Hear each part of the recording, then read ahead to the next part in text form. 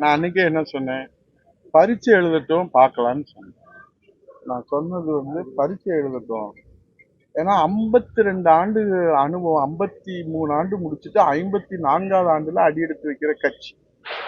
அனுபவம், மக்கள் சேவை, சத்துணவு திட்டத்துல தொடங்கி ஆலயங்கள் ஒரு அன்னதான திட்டம் வரைக்கும், குடிமராமத்து திட்டம் வரைக்கும், 2000 அம்மா மினி கிளினிக் வரைக்கும், கறவை மாடுகள் ஆடுகள் வரைக்கும், மடிக்கணினி வரைக்கும், தொற்று குழந்தை திட்டம் வரைக்கும் நாங்க கொடுத்துருக்கோம். மக்கள்கிட்ட சொல்றோம். இன்றைக்கு திராவிட முன்னேற்ற கழகம் குறைத்து மதிப்பிட முடியாது. அவங்க சொல்ற மாதிரி முழு பூசணிக்காயெல்லாம் சோத்துல மறைக்கிறதுக்கு நாங்க தயாரா இல்லை. 75 ஆண்டுகள் கட்சி. அவங்களும் இந்த மக்களுக்கு இன்றைக்கு மக்களிடத்திலே மிக பிரபலியமான கட்சி, ஆளுகிற கட்சியாக 25 ஆண்டுகள் இருந்திருக்கிறாங்க.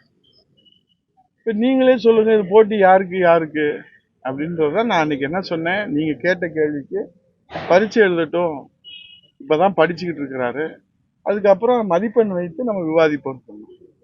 இப்போ அவரு ஒரு சங்கடத்துல இருக்கிறாரு. அவர் ஒரு சங்கடத்துல இருக்கிற போது நம்ம அதை பத்தி விவாதிப்பது மனித நேயமாக இருக்காது. ஆகவே அவர் அந்த துயர சம்பத்திலிருந்து வெளியே வர வேண்டும். அவர் கூட நேற்று அறிவிப்பு கொடுக்கிறார், தீபாவளி யாரும் தாவேக தொண்டர்கள் கடைபிடிக்க வேண்டாம் அப்படின்னு சொல்லியிருக்கிறாங்க.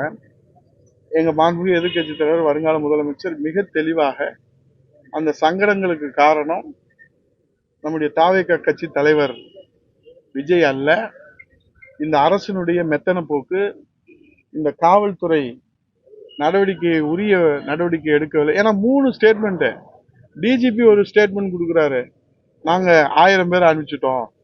ஏடிஜிபி ஒரு ஸ்டேட்மெண்ட் கொடுக்குறாரு, 500 பேர் அறிவிச்சிட்டோம். மாண்பு முதலமைச்சர் அவர்கள் கேள்வி கேட்கறதுக்கு முன்னாடியே பதில் சொல்ற ஒரு முதலமைச்சர் நம்ம இப்பதான் பாக்குறோம். 650 பேர் போட்டிருக்கோம். இப்ப இது எது உண்மை?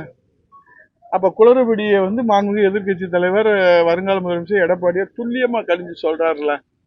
அப்போ நீங்க இப்போ இந்த துயர சம்பவத்துக்கு யார் காரணம்? மக்களுக்கு தெளிவா தெரியுது. பாட்டுகளுக்கு 10 ரூபாய் அப்படின்னு பாட்டு பாடணும்னு செருப்பு வருதுங்க. இங்க கூட வருதா என்னன்னு தெரியல, அது கரூர்ல போனாதான் வரும். பாட்டுகளுக்கு 10 ரூபாய் அப்படிதாங்க பாடினாரு. பாவம் விட்டாம பாருங்க செருப்ப. அப்புறம் விடுறாம்பாங்க ஆம்புலன்ஸ. அவர் முதலமைச்சர் பச்சை பொய் சொல்றாரு, ஆம்புலன்ஸே வரல. எங்க நம்ம பார்த்தோம். அவர் விஜய் சொல்றாரு, ஏப்பா அந்த ஆம்புலன்ஸ் எதுக்குப்பா வருது, நம்ம கொடி கட்டி இருக்குன்னு உலகம் பூரா பார்த்தத அவரு விபத்து நடந்ததுக்கு பிறகுதான் ஆம்புலன்ஸ் வந்தது. இவருக்கு எப்படி நம்ம தூங்குறவங்கள உசுப்பலாம், தூங்குற மாதிரி இருக்கிறவங்கள எப்படி உசுப்புறது? நீங்க தான் அதுக்கு பதில் சொல்லணும். அது மீண்டும் சொல்றேன், அவர் நல்லபடியா பரீட்சை எழுதுவாரு, நல்லபடியா எழுதணும். அனுபவம் உள்ளவங்கள வழிகாட்டுதலோட எழுதுவாருன்னு நாங்க நினைக்கிறோம்.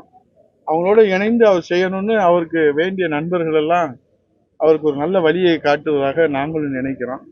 அனுபவம் உள்ளவர்களோடு, ஏன்னா ஒரு குழந்தை வருங்காலத்துல மிகப்பெரிய வீரனா வரும்போது கூட அந்த பிறந்த குழந்தை நடக்க தவறுகிற போது அந்த தாய் தந்தையருடைய கையை பிடித்து கொண்டுதான் நடக்கும்.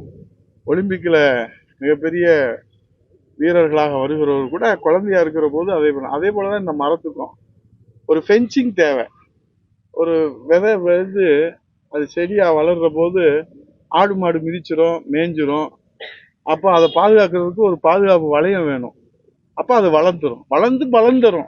ஆனா அது வளர்ற வரைக்கும் அதை பாதுகாக்கிறதுக்கு அந்த மரத்துக்கு தெரியுமோ தெரியாதோ, ஆனா அதுக்குரிய பாதுகாப்பை கொடுக்கணுன்றதுல மக்களுக்காக, மக்கள் நலனுக்காக நாங்க உண்மையை எடுத்து சொல்றாரு எங்க எதிர்கட்சி தலைவர். புரிஞ்சவங்களுக்கு புரிஞ்சா இந்த தீபாவளி அதுவுமா நல்லதுன்னு நாங்கள் நினைக்கிறோம். செய்திகளை உடனுக்குடன் தெரிந்து கொள்ள கீழ்கண்ட கேபிள் மற்றும் டிடிஹெச் நெட்வொர்க்குகளில் எம்நாடு செய்தி தொலைக்காட்சியை காணுங்கள். பாதகம் செய்பவரை கண்டால் நாம் பயம் கொள்ளலாகாது பாப்பா. மோதி மிதித்துவிடு பாப்பா, அவர் முகத்தில் உமிழ்ந்துவிடு பாப்பா. அண்மை செய்திகளை உடனுக்குடன் தெரிந்து கொள்ள இணைந்திருங்கள் எம்நாடு தொலைக்காட்சியுடன்.